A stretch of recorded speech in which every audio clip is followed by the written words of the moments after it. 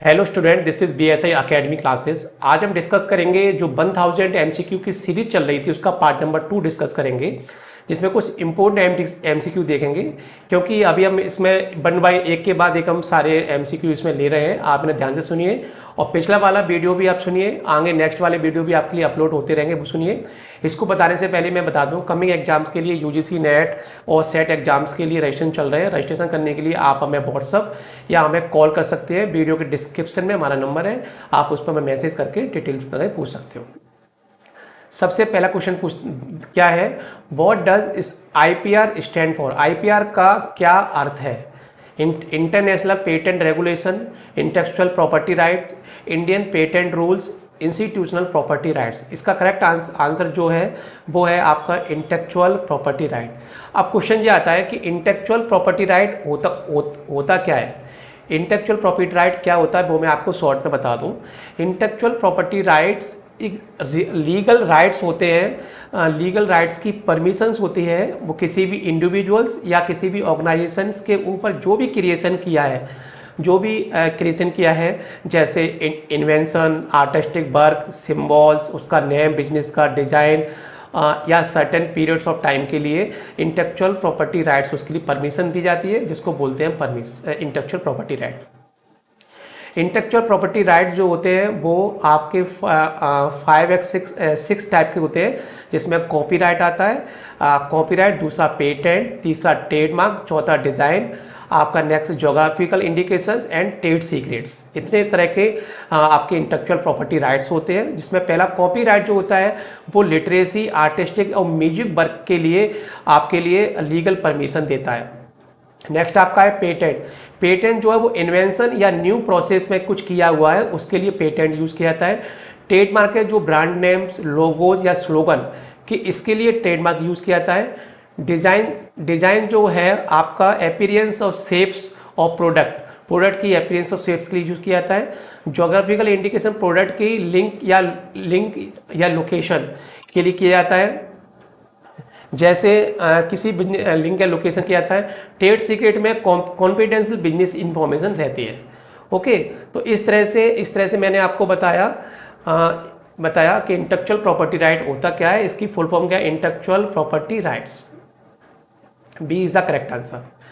Next है, which of the following is not a type of the intellectual property? इनमें से कौन सा इंटेलेक्चुअल प्रॉपर्टी राइट का प्रकार नहीं है?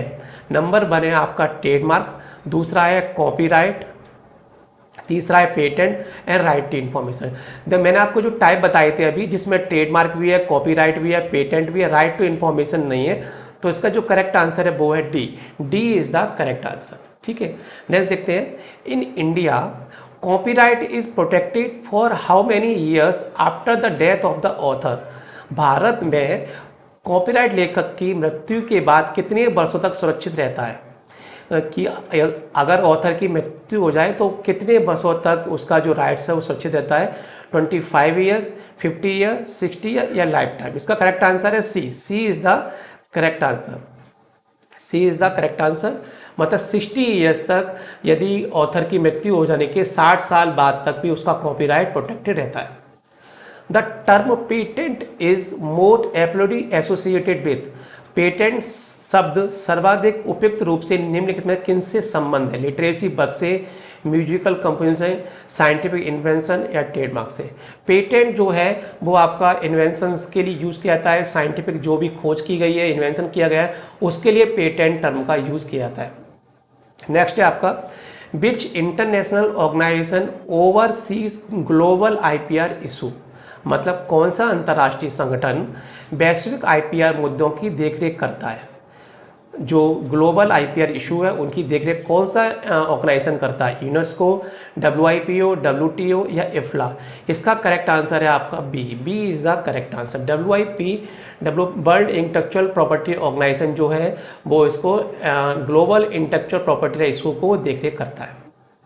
देखता है। The Indian copyright act was enacted इन? भारतीय कॉपीराइट अधिनियम कब लागू किया गया था? 1950 में, 1952 में, 57 में, 62 में? इसका करेक्ट आंसर वो है सी, 1957 इज द करेक्ट आंसर। ठीक है, which of the following protect logos brands and business ने, मैंने आपको अभी बताया था कि लोगो बिजनेस ब्रांड्स इनके लिए कौन सा इनमें से कॉपीराइट है जो प्रोटेक्ट करता है?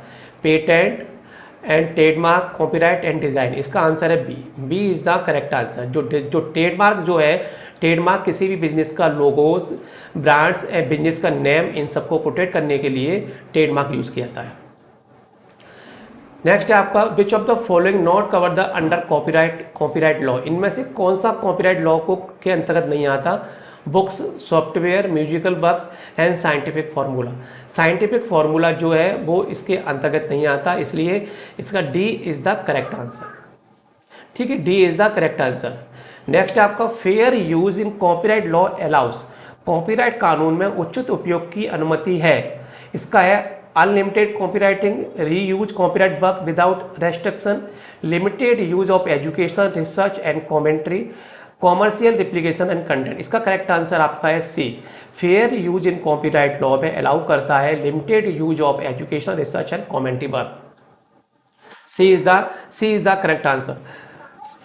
C is the correct answer. The Berne convention is related to.